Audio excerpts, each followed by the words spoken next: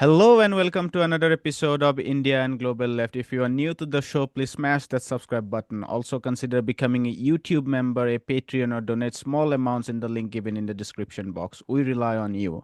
Also, please check our Substack where we bring out long format analysis of events around the world. Without further ado, let me welcome our guest today, Larry C. Johnson. Larry is an American blogger, political commentator, and former analyst at the Central Intelligence Agency. Larry, welcome to India and Global Left. Hey, thanks for staying up so late to have me, or being up so early, whichever. Staying late, yes. Yeah, I guess a good way to start would be to ask you what kind of work did you do at the CIA and what did it reveal to you about American foreign policy? I thought that would give our viewers a perspective about where you are coming from. Well, my first year at the CIA was involved with a orientation program called the Career Trainee Program. So we got to do a lot of different things to see all aspects of the CIA.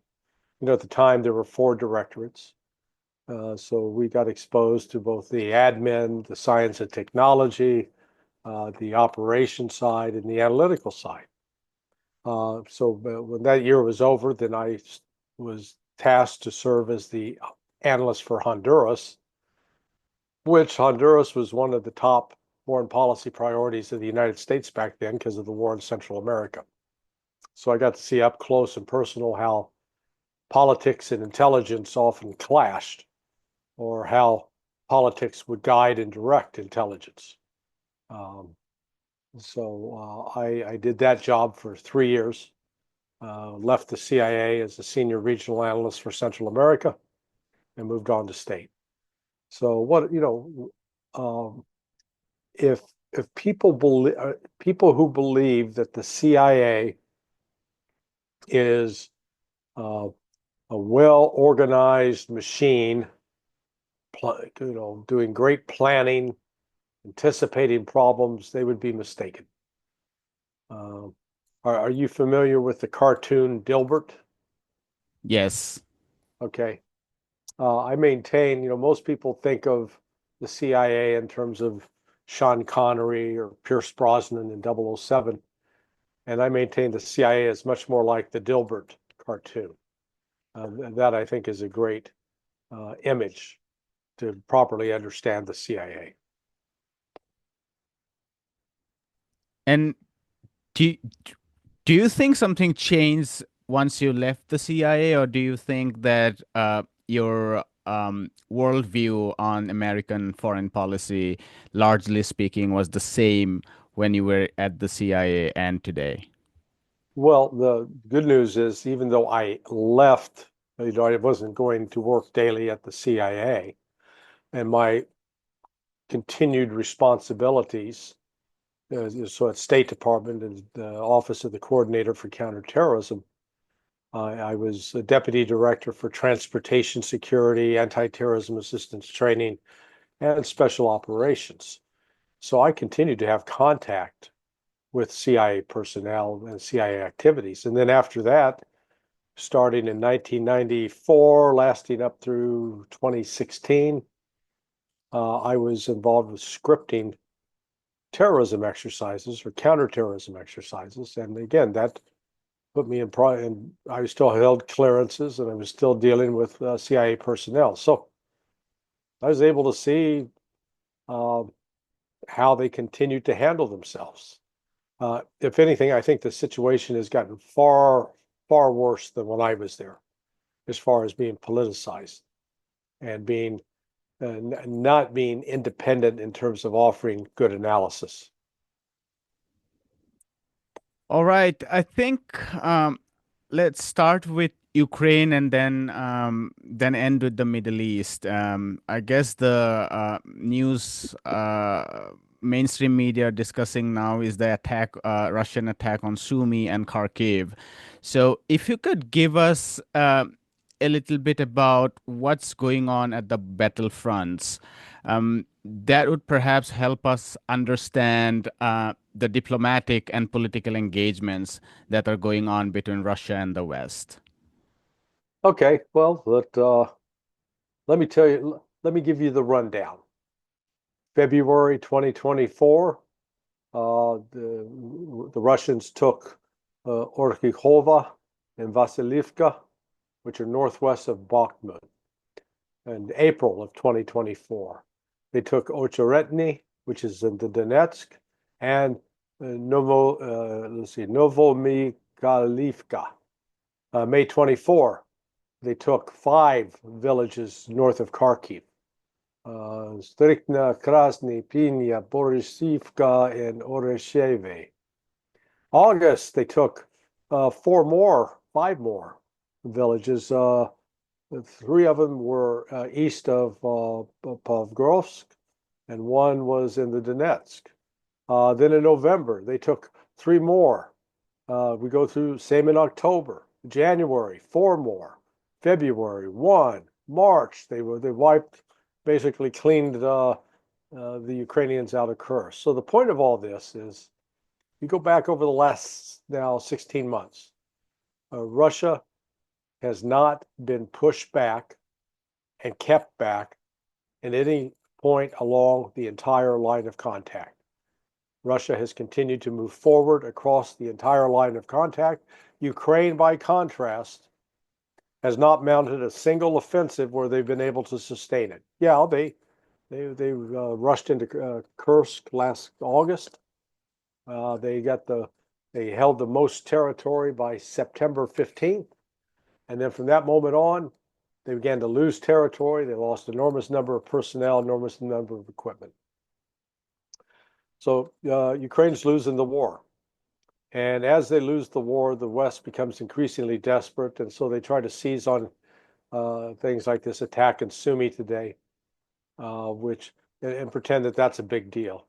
The only reason it's a big deal is because the Russians succeeded in killing a bunch of military personnel, including NATO military personnel.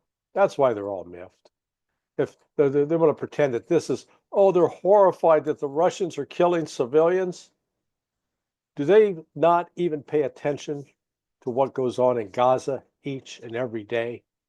The hundreds of women, children, old men that are killed by the Zionists on a daily basis, and the world says nothing. So it's like, spare me your crocodile tears over Sumy. It's a war. Russia is going to win this war militarily, and the West either is going to have to accept that or run the risk of going to war with Russia and getting beat. People have been speculating a bit about why President Trump started the normalizing talks with Russia, and one of the things said is that, among other reasons, is that he realized, or he admitted, that Russia is winning at the battleground. This is called as one of the this is one of the many reasons that is said to have been considered. Um, what makes the Europeans not see this? Because we are now hearing the German Chancellor Merz talking about sending its missile system. Yeah, Is it Taurus or yeah, yeah, Taurus. yeah, Taurus? Uh, how do you explain the behavior of the Europeans in dealing with Russia? Well, you only got about 120 years of bad history between them. You know, in World War I, it was Germany versus Russia, and then um, we go back to World War II. Gee, Germany invaded Russia again. The Soviet Union at the time. So the Germans just have a bad old habit of being not so good neighbors. Um, Russia, particularly since the fall of the Soviet Union, has gone out of its way to try to have a peaceful, non-military, totally diplomatic relationship with the West. And the West has refused, absolutely refused, to engage them in that way. So, right now the Europeans are they're completely flummoxed, they're panicked, they don't know what to do because NATO is coming apart at the seams, despite claims that it's more united than ever. And then you've got the likes of Ursula von der Leyen. I call her fond of lying. Miss Ursula von der Leyen claims that they're going to create some massive European Union army. Again, it's these people are delusional. They have no national unity as Europeans. They still retain their distinct national identities: Italian, German, Swiss, Dutch, French, and trying to overcome that is, really an impossible task. The economies aren't doing well either. Germany is in the process of being deindustrialized. They've been completely violated by the United States when the United States blew up the Nord Stream pipeline and cut off Germany from a cheap source of gas. As a result, you've got industries closing in Germany that are moving to the United States. So they've got this great animus towards Russia, and candidly, if let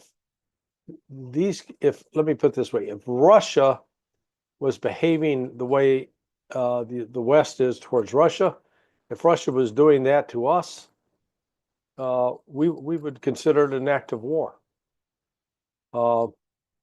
Russia, under international law, would have every right to attack, begin bombing bases, military installations in Germany, in France, in Italy, and Spain. But Putin's not looking to expand the war. He wants to contain it, but they are going to end the Nazi threat that exists in Ukraine. It's that simple.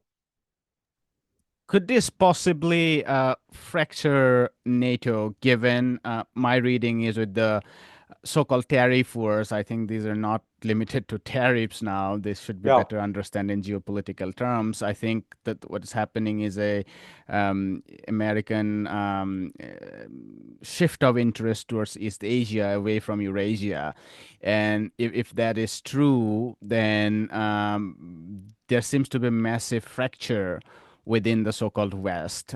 Europe still seems to believe that it is important, and it would be able to either blackmail or persuade the United States in fighting the war in Eurasia. But the administration in White House seems to be obsessed with the Chinese in East Asia. How do you look at U.S.-Europe relationship and the future of NATO going forward? Oh, well, NATO exists ostensibly to stop a Russian invasion of Europe. Russia has no intention or desire to invade Europe. Now, could Russia end up carrying out military attacks on Europe? Oh, yeah, absolutely. But in response to European attacks on Russia. They've already, candidly, Europe has carried out enough provocative actions that Russia would be fully entitled to carry out military strikes in their territory. The relationship between the United States and Europe right now is very odd.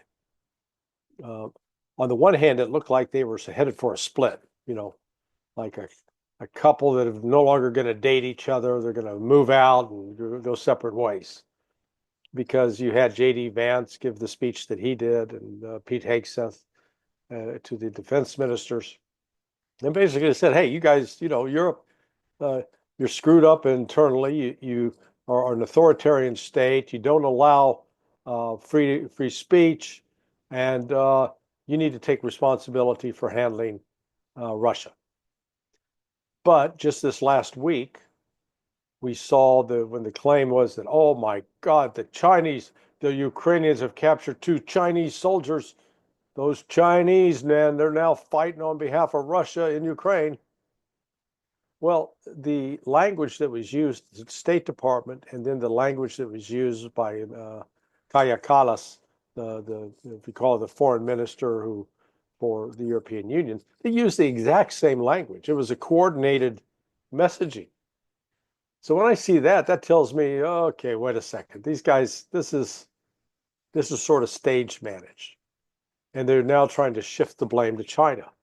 And this was all part, I believe this was part of Trump's broader effort to isolate China and go after China on the tariff front in a way that is not going after any other country. And NATO has been hinting that it needs to shift its focus to China as well. So Russia's just, I think Russia's an unpleasant speed bump in their way because they actually they keep insisting that China's the real threat. So you have to step back and objectively say, how many military bases has China built overseas? I think the answer is maybe one. One at Djibouti. Yeah. How many military bases does India have overseas? Zero. I don't think any. My God, we got to keep our eye on you Indians, man. You're an imperial power. You're getting ready to take over the world. Right after China, right after Russia and China get done, now you're next. That's how Because crazy this. because That's how crazy this we is. bought a lot of oil from Russia and kept their Yeah, economy floating. yeah, yeah. It is. I mean, my God, India's had a relations with Russia going back to the days of the Soviet Union. My wife, when she was in her first year in college back in 1972, so it was January 73, she went on a winter term semester. They traveled to India, and she was living, and she spent a couple of weeks in Delhi. She lived with the family of the former Prime Minister Bandura Shastri, and she was there on the anniversary of his death. And if you recall, Bandura Shastri died of a heart attack while he was in Moscow on a business. So, yeah, India's always had close relationships with the Russians. 73 was also one of the peak moments of India-Russia relationship because of the liberation war in Bangladesh, which Uh-huh. India supported, I think, the right side of history, and the Soviet Union intervened indirectly because the Americans had sent their warship to the Indian Ocean, which only returned back after the Soviet also sent their nuclear submarine. So it would have been difficult for Bangladesh to win its liberation war Right. without India, and in turn without the indirect help of the Soviet Union. Yeah. So peak 73, I'm assuming it was one of the peak sentiments in India and Bangladesh about the Soviet Union. Yeah. So, and that's what makes, frankly, because I want to broaden this out from just China and Russia to encompass both India as well within BRICS. The people on my side of the ocean do not understand or comprehend the significance of what's taking place. They still use this cartoon version where, India and China can never get along. They're going to always be at conflict because of the disputes in the Kashmir. But what we've seen is India and China are talking, and they are beginning to cooperate in other areas diplomatically. And I think there is a growing recognition that the United States is just a goddamn bully. It is, we're like an abusive spouse or the drunken father. God help you, the dad comes home drunk, he's going to start hitting the kids. And there's very much a paternalistic attitude, where the United States says, oh, look at all the nice little brown people. We pat them on the head. They got to do what we tell them to do. Because if you don't do what I tell you to do, I'm going to put sanctions on you. And, if you had a friend that treated you that way, you wouldn't stay friends with that person. I mean, it's a toxic relationship. And that's all I see, that the United States and the Europeans are busy promoting a toxic relationship with the rest of the world. What I've seen firsthand, I've now been in privileged to travel to Russia 4 times in the last 17 months. Um, I've been to Moscow 3 times, St. Petersburg once. But I've also, at the St. Petersburg International Economic Forum, there are people from 39 countries around the world. What fascinates me is how the Russians deal with the Africans and with the Asians. There's no pretense. It's a very natural relationship. It's not the problem you get when you got Europeans or people from the United States is uh, there's a racist heritage there that's tough to escape, and to not treat people in an honest, non-condescending way. And so what I've seen is part of Russia's success is, and you yourself know that if you're being patronized, if you're being talked, you pick up on that immediately. And that's why, so you can't fake being genuine with folks. And that's what Russia's succeeded in doing. So now you got Russia, India, and China working together in a much more cooperative fashion and trying to figure out ways. It's economic, it's diplomatic, it's even military. Um, because, candidly, there's no reason why India should not be a permanent member of the National Security Council, of the Security Council at the United Nations. You know, it's the largest or second largest country in the world, depending upon the day and counting the numbers. Um, so this disrespect that's come from this colonial European heritage, and to think that Britain at one time controlled India, ruled India, and the atrocities that were created in their efforts to control it. I think maybe that remains one of the core reasons they hate Russia, because in the immediate aftermath of World War II, the Soviet Union was very actively involved in liberation movements to remove the yoke of the colonial empire. And my God, those Europeans, they're pissed off at it.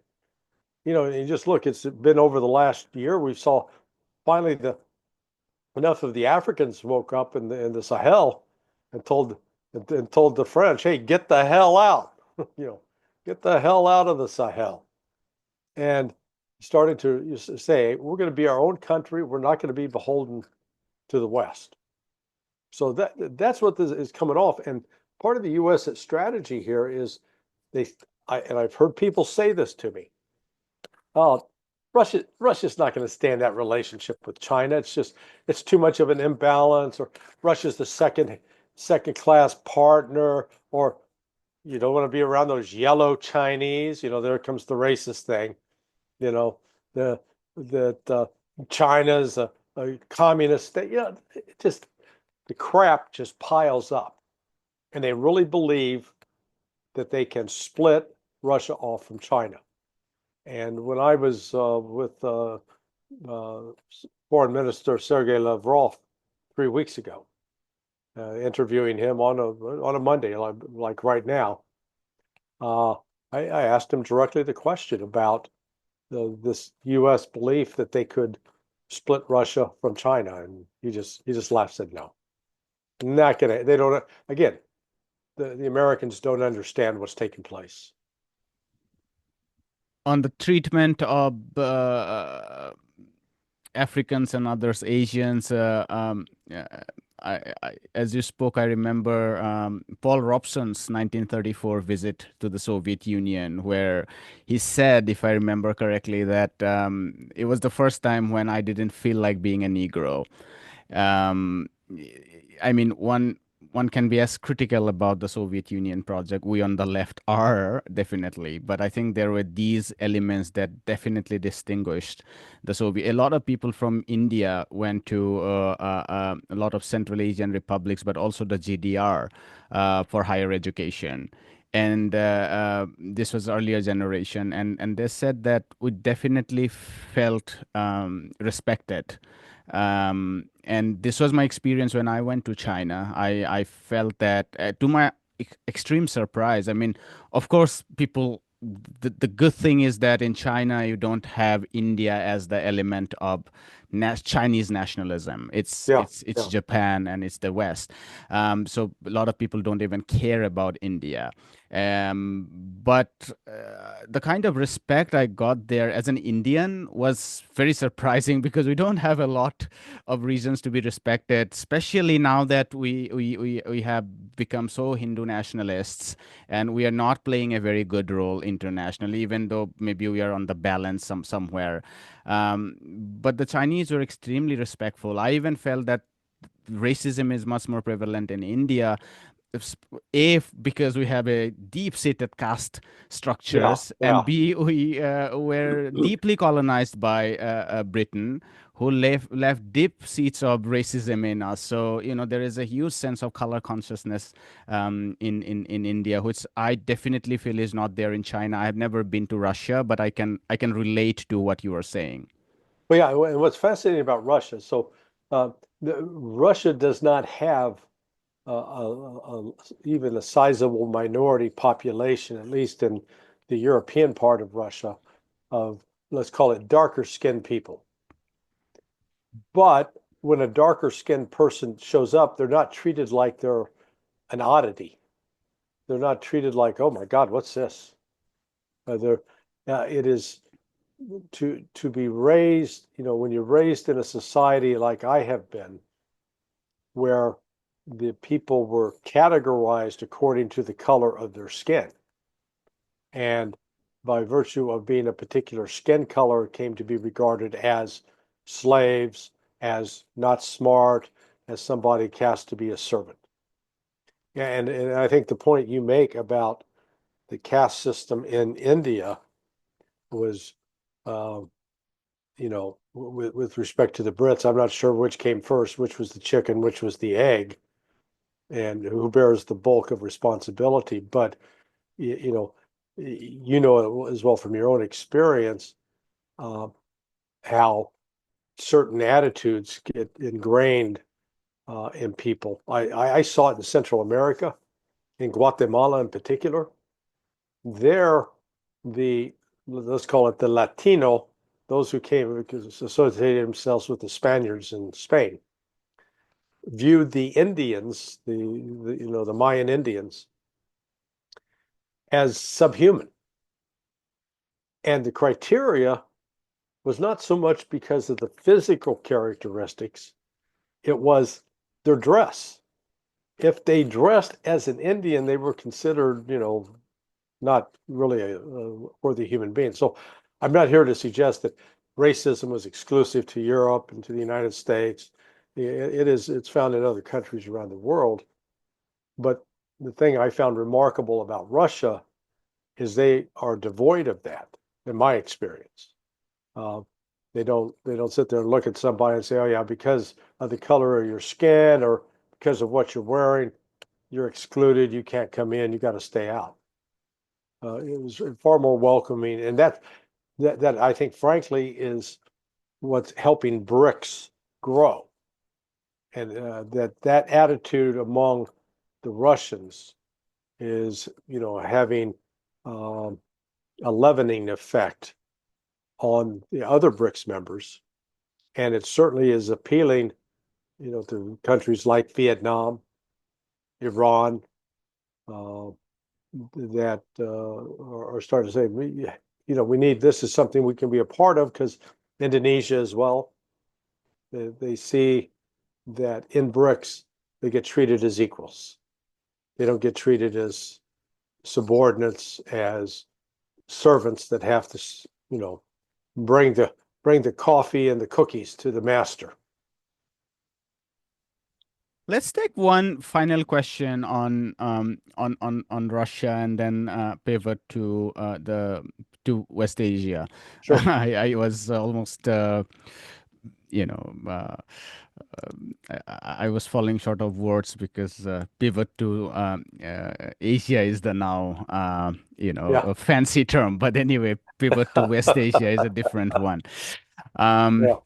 yeah, maybe I wanted to ask you about how you see these talks between the United States and Russia going forward. As I understand, I think a difference is that the Trump administration wants to get a comprehensive ceasefire first, and then talk about the security arrangement, what happened to Ukrainian military, even questions about keeping the four oblasts, and of course, joining of NATO. But I think as far as the Russians are concerned, these four or five conditions are to be settled first, and then they would come to to a ceasefire. So I wonder what your thoughts are about the normalizing talks between Russia and United States. Well, the good news is that they're talking. The bad news is I don't think that all the Trump administration is listening. But now having Steve Witkoff, and he's now had, I guess, his second or third conversation, and this was a lengthy conversation with um, Vladimir Putin. I think one thing people have missed in assessing that relationship is they've failed to remember that both Putin and Witkoff are lawyers. Now, I don't know if you've dealt with any lawyers, but lawyers have a particular way of looking at the world. They have a particular way of talking about facts, about evidence. Because being trained as a lawyer is being trained to look at law as in a particular way. And Putin, for despite all the propaganda that he's a KGB guy and no, it doesn't follow any rules. He's a quintessential lawyer. He really does. He's a stickler for it. And so, from that standpoint, I think Witkoff and him are actually able to have some pretty productive conversations. The problem comes when Witkoff comes back to the United States and briefs Trump.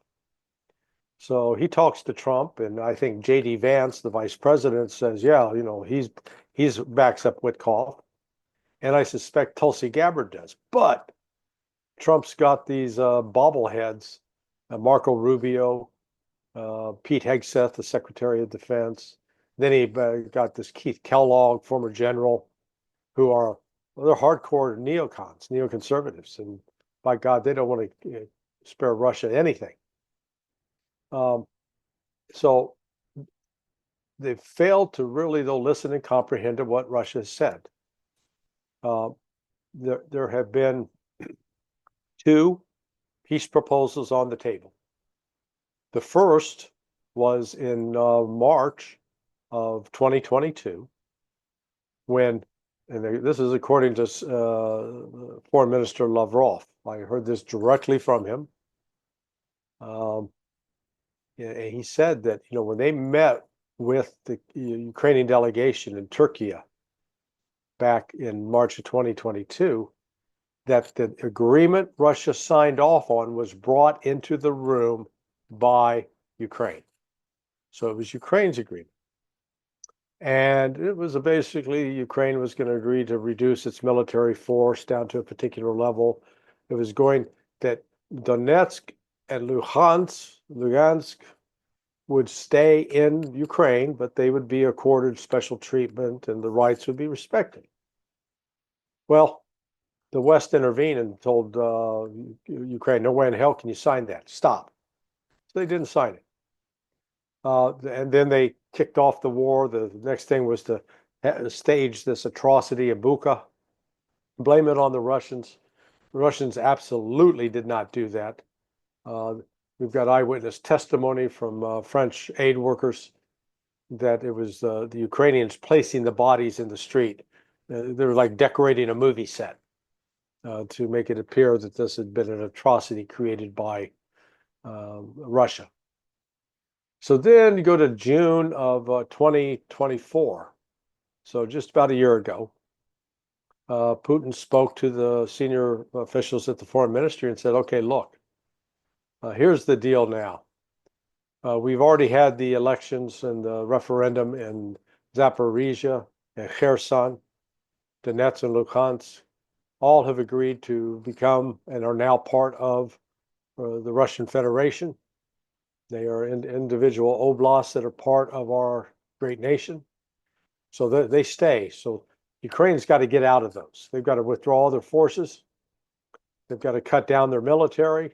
They've got to declare they will never become a part of NATO. And they got to hold new elections. And until all that happens, we're not talking about anything else. That's it. No ceasefire.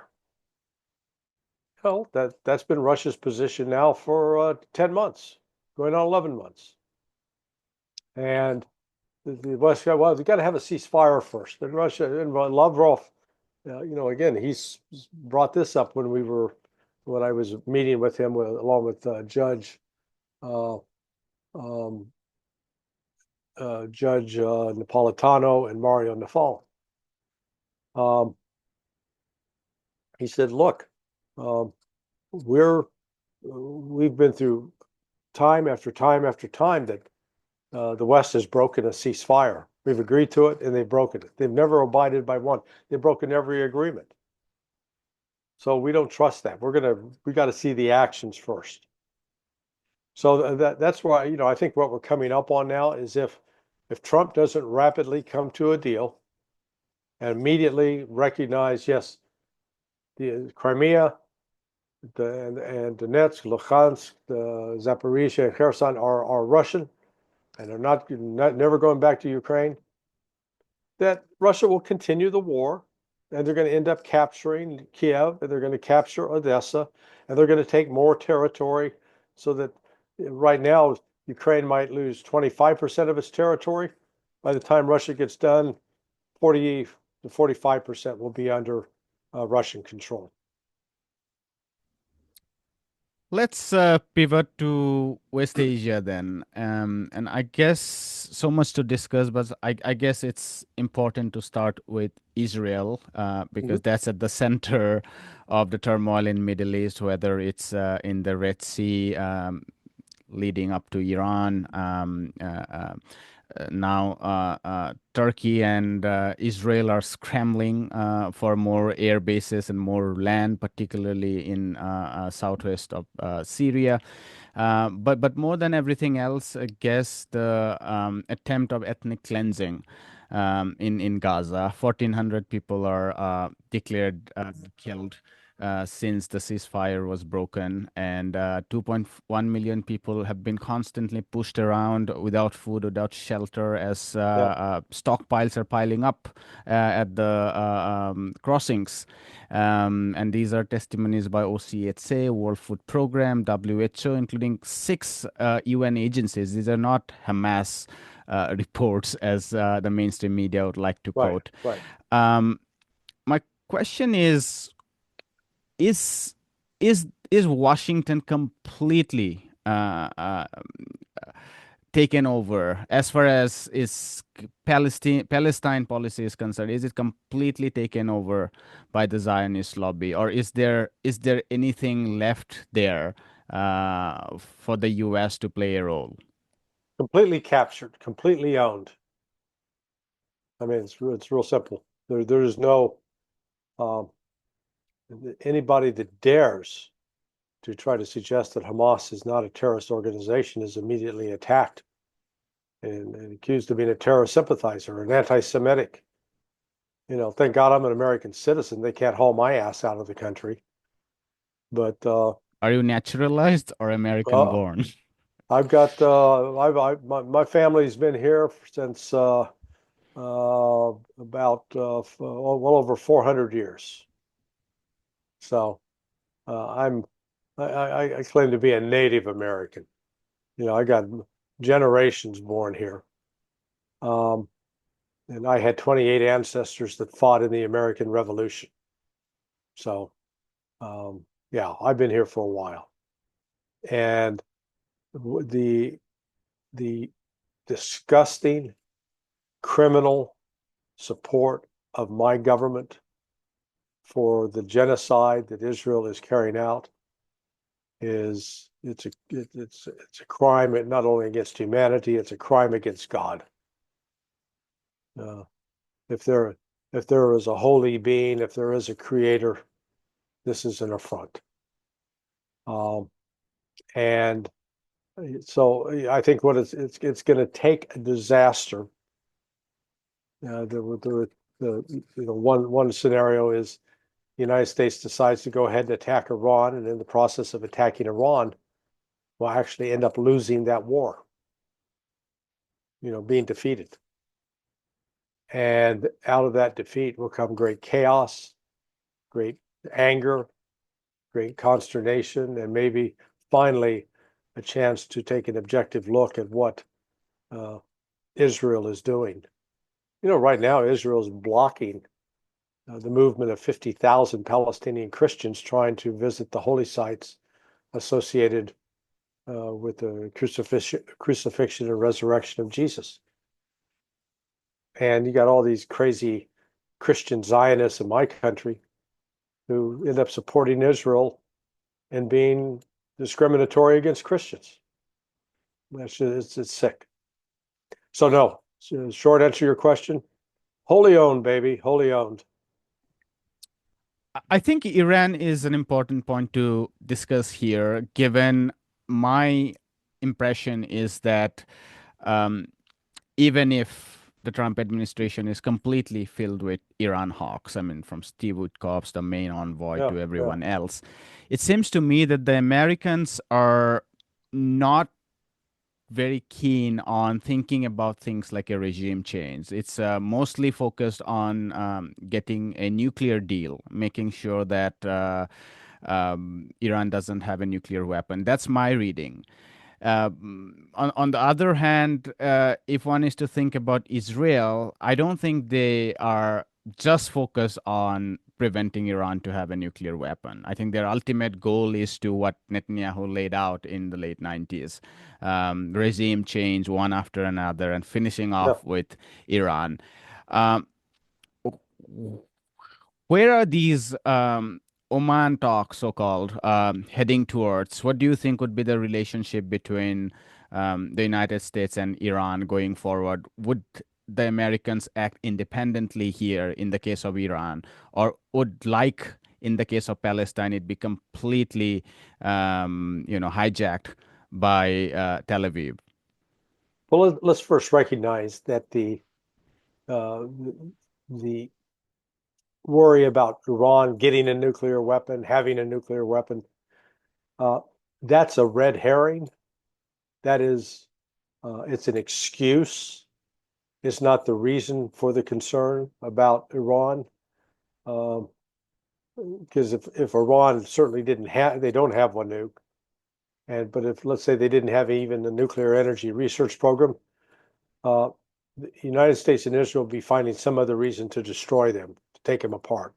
They don't want to have the mullahs, the clerics, rule in Iran. So the supreme leader there is the Ayatollah Khamenei.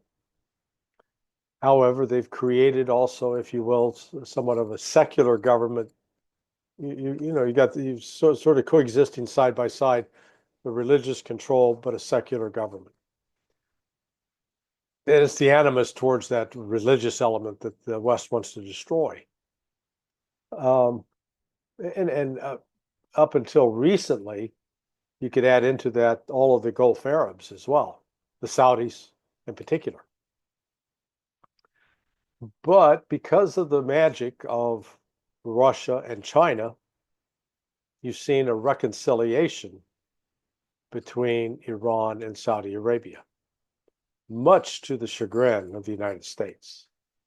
Because as long as you could gin up this notion that Iran was the big terrorist threat and the big destabilizer, when The reality is, over the last 25 years, if you want to look at who is sponsored groups that have carried out the most terrorist attacks, terrorism being defined as use of violence against civilians for political purposes, that title belongs to Saudi Arabia.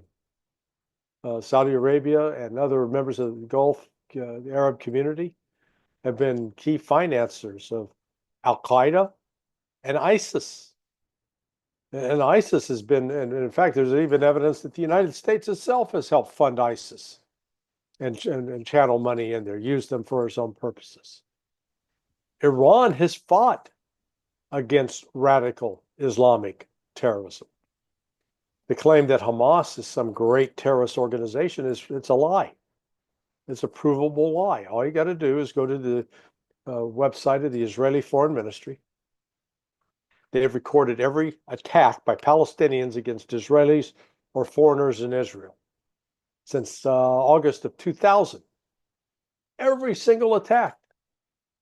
When you go through it, I was surprised to learn it was like 661 attacks over that 25-year period. And of those, over a 25-year period, 105 roughly implicated people associated with Hamas. And these were not mass terrorist attacks. These were more like one-on-one assaults. Well, there's a lot of this attacks was not born out of we hate them because they're Jews. It was we hate them because they're taking our land. In the same way that my ancestors fought against the Brits to push out a colonial power. So you suddenly realize, despite the claim, the false claim that Iran is the #1 sponsor of terrorism, it isn't. So what was curious is, I presented 3 possible scenarios of what could have happened on Saturday. And my scenario number 2 is what came to pass, which is they met, the talks were cordial, and they agreed at the end to meet within a week. Now, here's the problem. Previously, Trump's negotiating position was that Iran not only had to stop enriching nuclear uranium, but they had to end their nuclear program across the board, not even for peaceful purposes. That they had to demilitarize, they had to destroy their large missile force, and that they had to end all support and relations with Hamas, Hezbollah, and the Houthis. Well, Iran's not going to do that. They're not insane. They're not suicidal. They said, no, we're going to keep our weapons system, and we will continue to deal with groups of our choosing as a sovereign nation. But what they're willing, the concession they're willing to give is to give up the nuclear any program that would allow them to build a nuclear weapon. And to that end, they signed on January 17th an agreement with Russia that on a comprehensive strategic security agreement. And one of those articles, I think it's Article 26, stipulates that Russia and Iran will cooperate on non-proliferation. Well, that means, Iran's not building a weapon, because if they were, Russia would say, "Oh, wait a second, that's proliferation. Not going to happen." So if Trump accepts the deal, where you got Russia and China acting as guarantors, because let's remember, 3 weeks, the first 2 weeks of March, Russia, China, and Iran were doing joint military exercises in the Gulf. The week after that, the foreign ministers, representatives of the foreign ministers, met in Beijing, Russia, Iran, China.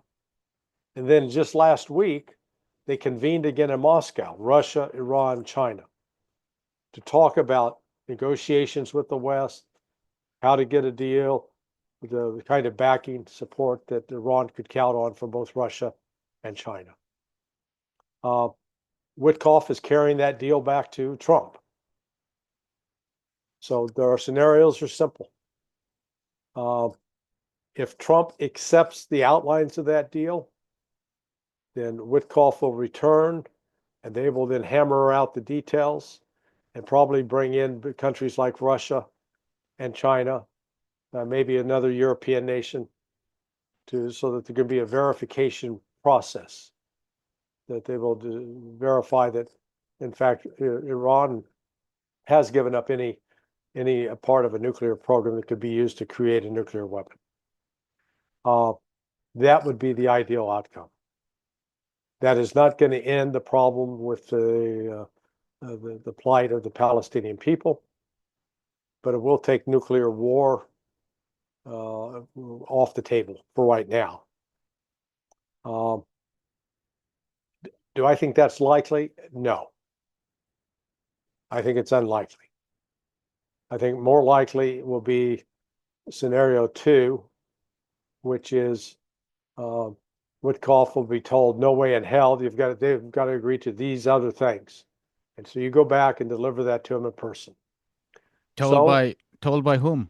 Netanyahu or no, Trump? well, Trump is going to receive pressure from Netanyahu. He's going to receive Trump from Miriam Edelson, the wealthy Jewish donor. He's going to receive pressure from Marco Rubio, from Michael Waltz, from Pete Hegseth. So and there'll be members of Congress, Mike Huckabee. So he's got a lot of Republicans that'll be saying, "Oh, what the hell are you doing? Wait a second." And so the scenario 2 would be Witkoff goes back to deliver the bad news to the Iranians, and the Iranians say, "Hell no, we're not going to do that. We won't agree to that." And the talks will break down, and then we'll be on the way to war. A third scenario is they don't even they call the talks off, and then Trump is going to be on the hook to follow through on his threat to attack Iran. The problem is, Trump has given the authorization full out to attack and destroy those Houthis. They started that campaign on March 15th. Here we are, coming up on April 14th, so it's 30 days later. How's that campaign working out? The Houthis are still firing missiles at Israel. The Houthis still are closing down the Red Sea. The Houthis have shot down 4, according to their count, Predator drones in the last 2 weeks alone. And the United States continues to bomb and kill civilians in Houthi land in Yemen without accomplishing anything. And spending millions of dollars. If you look A at the billion, calculation, a billion so far estimated. Because if you consider, they claim the cost, the cost I've seen for a Predator drone is at least $31 million. Others have claimed, no, these are more sophisticated versions that cost $50 million. Well, go with the $50 million number. That's $200 million just down the toilet in 2 weeks. That's pretty good, pretty fast burn rate for dollars. right? I wouldn't spend a lot of time on Yemen. I just had a full interview with Helen Lechner discussing Yemen's internal politics, divisions, and so on. So if I could quickly ask you about Syria, because people are you spoke about the US support of radical Islamist forces. I Yeah, think Syria is where people suspect it more, because in Iraq they had a difficult time from the Sunni uprising, and talking about 2006, 2005, 2006, immediately after the invasion. But the most suspected place is Syria. There are these Azerbaijan talks. I'm not sure if you are following, between Turkey and Israel. mhm. What do you think could be the relationship between Syria and Israel? Because Syria used to be long a centerpiece of Arab nationalism, and the Palestinian cause was very central. I'm Yeah, talking about the 67. Of course, things changed when Assad was there. He became super weak, and so he was not decisive at all. But the Israelis had hoped that they would get a friendlier regime in Syria, but seems like they are doing everything to alienate the government in Damascus. And Turkey, of course, is the benefactor. Uh, I'm not sure what is the future of Syria Israel relationship. Well, let's first maybe agree that Syria is not even a real country anymore, okay? Hmm. It's just a name on a map. So they're It, the it's Turkeys, Israelis. it's yeah, it's I call it's the prison bitch shared by Turkey and Israel and the United States. Um, al-Shara, formerly known as al-Jalani. Um, I don't know if you will understand this cultural reference. I love to use it because it's so much illustrates what's taken place with Jelani. Were you ever familiar with a television show called Queer Eye for the Straight Guy? No. So in the United States, they had this television show where four homosexual men, one was a great chef, one was a physical fitness expert, one was a design guy, knew how to do the house right, one was a great cook, what. So these four homosexuals would go find a heterosexual guy who was just a mess, you know, overweight, ate crappy food, lived in a terrible place, and they'd go in and do a complete makeover. And by the end, the guy was, well dressed and, looked handsome and could cook amazing food. That's Jelani. They've done a queer eye for the straight guy makeover of Jelani, the former head of al-Nusra, uh, the former head who then split off and formed Hayat Tahrir al-Sham. You know, perhaps he was a CIA asset all along from his early days in ISIS. Maybe the CIA had recruited him there in order to get access. That would have been quite a coup. But these guys are backed by Saudis and Omanis, Kuwaitis, the Gulf Arabs. They're happy. They're happy to see Assad go because Assad had that relationship with Iran. Now, what was really sort of ironic in this is when the government of Bashar al-Assad was in place, in the military and intelligence sides of his government, the Israelis had spies in each of those. So they knew exactly what was going on. They knew exactly what Syria was doing with Iran. Now that Bashir's gone and those institutions have gone away, Israel no longer has the intelligence access it once did, but it's acquired more territory temporarily, and Turkey's got territory. The al-Shara is he's there as a figurehead, nothing more. He has no political power. He doesn't even represent there are tribal groups throughout Syria. Those tribal groups still maintain an enormous amount of power, but that is confined to their particular regions.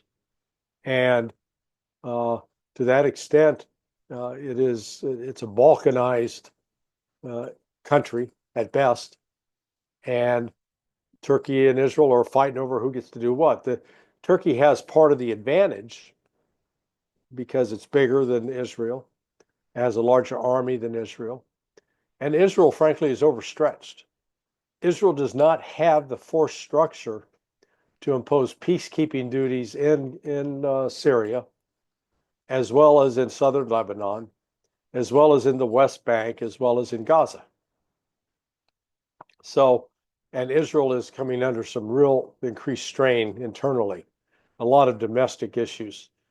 Bibi Netanyahu's facing some real strong headwinds.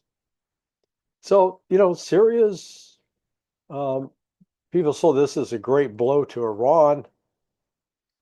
Iran worked with Syria, but yeah, and think about it in these terms. When Iran sent its the IRGC, the Iranian Revolutionary Guard Command, the IRGC, into Syria to fight ISIS.